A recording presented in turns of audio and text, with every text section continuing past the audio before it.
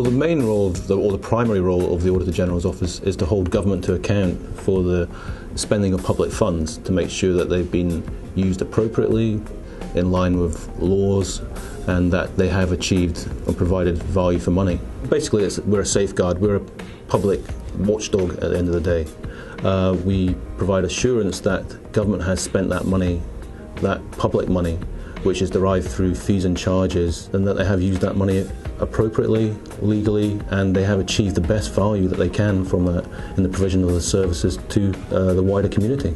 Our reports are initially passed to the auditee or the client who has been audited, and for clearance in terms of factual accuracy, to make sure that our findings are accurate, and to get their comments back to any recommendations that we've made to them. So recently we've audited some very interesting issues in the government. We've audited the government's helicopter purchase, we've looked at the legal aid program, and we also looked at operations Tempura and Celt and how those were handled by the government. Those are all good examples of what we call value for money audits, and in the future we're going to be calling them performance audits.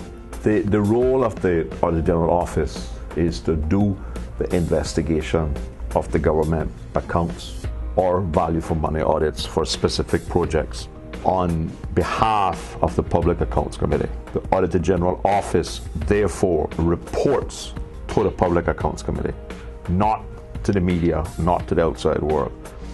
The Public Accounts Committee then makes the document that the Auditor General's office produced public by what's known as laying it on the table of Parliament. The various agencies throughout government, ministries and portfolios input financial data into the government's central accounting system. The Ministry of Finance in turn take this data and use it to prepare financial information primarily for Cabinet's use. Cabinet will use it then to make key financial decisions for the government. It is not until the Auditor General's office audit the information that we have complete assurance that the financial information and the processes and procedures that are in place to produce the financial information are proper, and that the information that is produced is accurate, it's complete, and that it is reliable.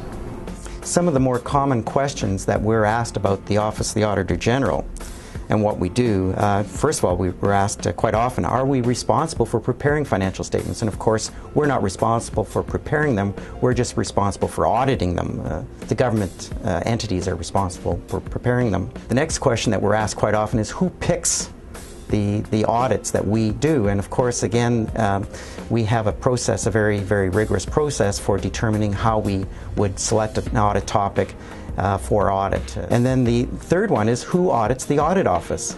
And we're audited by PricewaterhouseCoopers every year, and we're required to provide them with our financial statements, and they do a full audit as required by the PMFL.